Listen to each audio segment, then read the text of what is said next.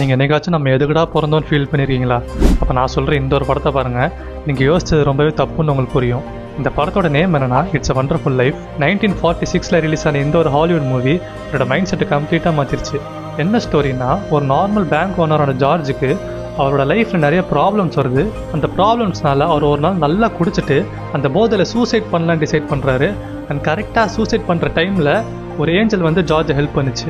அதுக்கப்புறம் இந்த ஏஞ்சல் கிட்ட சும்மா பேசிகிட்டு இருக்கும்போது, நான் பிறக்காமையே இருந்திருந்தா நல்லா இருந்திருக்கும்னு ஜார்ஜ் சொல்லுவார்.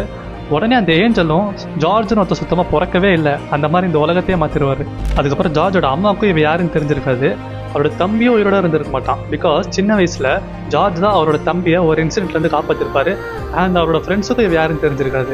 எப்படி தெரியும்? ஏன்னா ஜார்ஜ் தான் இப்போ பிறக்கவே இல்லையே. அண்ட் மெயினாக அவரோட ஒய்ஃப் கல்யாணமே பண்ணிக்காமல் ஏதோ ஒரு லைப்ரரியில் வேலைக்காரியாக இருப்பாங்க.